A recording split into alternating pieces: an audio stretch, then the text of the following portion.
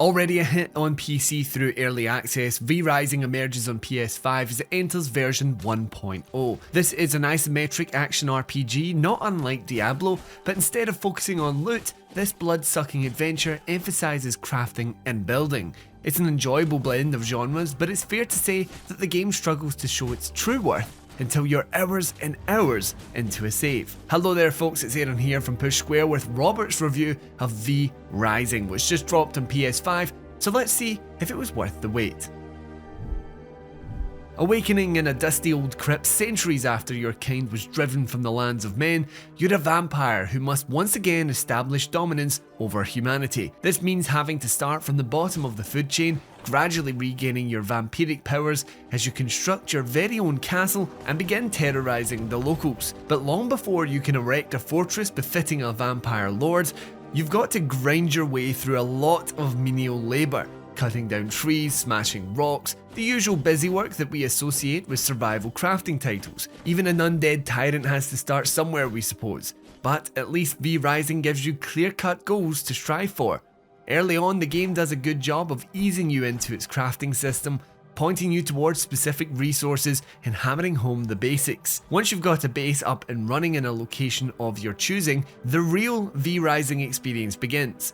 The game takes place across a fairly large open world, and scattered across the map are over 50 bearers of V blood, a particularly potent type of red stuff that, when consumed, should unlock your vampiric potential. These bearers are essentially boss enemies, and ultimately you're tasked with slaughtering every single one of them. However, you can't just go in charging across the map, laying waste to everyone and everything from the word go. Your combat prowess is determined by the weapons and armour that you have equipped, and so your progression is gated by how high a level your next opponent is.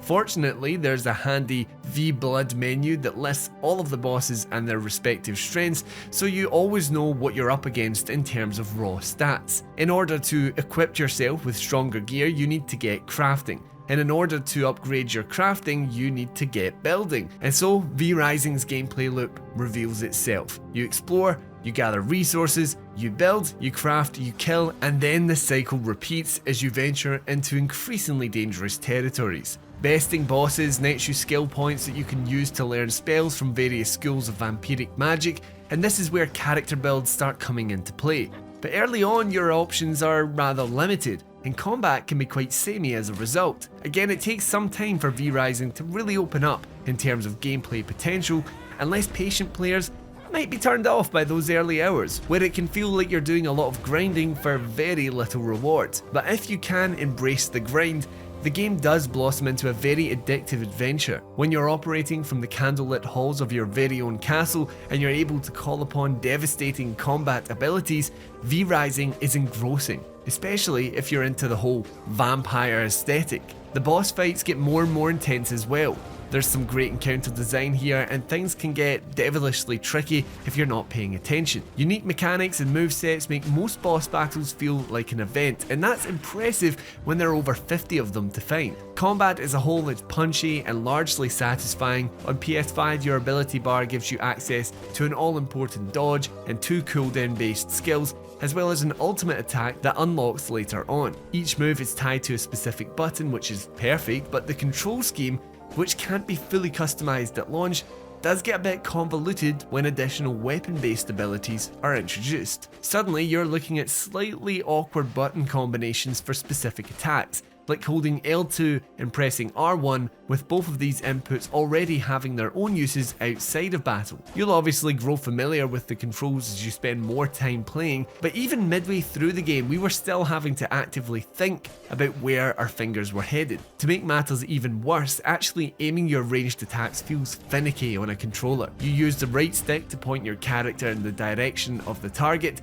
but the sensitivity is unnecessarily twitchy, to the point where you can mistakenly spin your anti-hero off to one side. That's not ideal in the heat of a difficult skirmish. But these complaints aren't deal breakers in the grand scheme of things. It's abundantly clear that V Rising was built as a PC release, And to be fair to developer Stunlock Studios, it has done well to get everything tied down on a controller. We're sure that post-launch updates will address many of these criticisms too. So you can play V Rising online, by the way, either in co-op or competitively. The game's great as a solo experience, but teaming up with a friend or two brings an interesting dynamic as you create something of a vampiric empire. Meanwhile, going against other players is intriguing for entirely different reasons. You have to start thinking about protecting your castle against invaders and potentially being ambushed as you go about your business. In truth, competitive play can quickly turn V Rising into a back and forth slog, but it's a hardcore option for those who don't mind the inevitable chaos.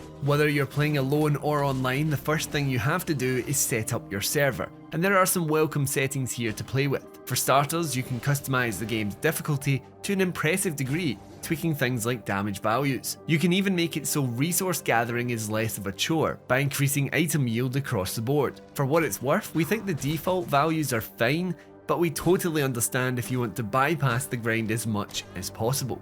So V Rising is a devilishly addictive action RPG, but only once you've worked through the game's fairly tedious first act. Getting your castle up and running takes time and patience, but if you can embrace the grind, you'll discover a dynamic open world that's full of interesting ideas and satisfying gameplay loops.